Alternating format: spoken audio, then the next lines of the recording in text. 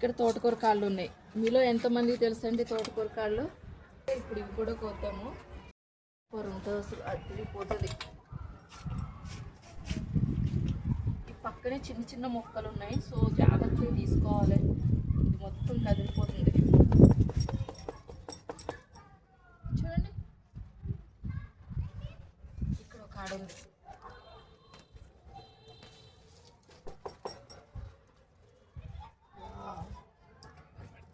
ఇది తోటకూర కాళ్ళు మసాలా వేసి వండుకున్న సూపర్ ఉంటుంది అసలు.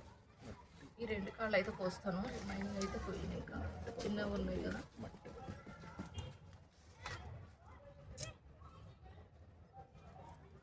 చూడండి,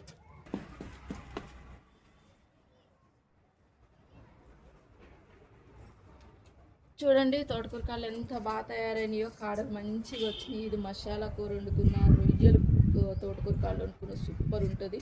ఈ ఆకులు కూడా వేస్ట్ చేయొద్దండి, ఎందుకంటే ఈ ఆకులు కూడా మనం ఫ్రై చేసుకోవచ్చు. చాలా చాలా బాగుంటాయి.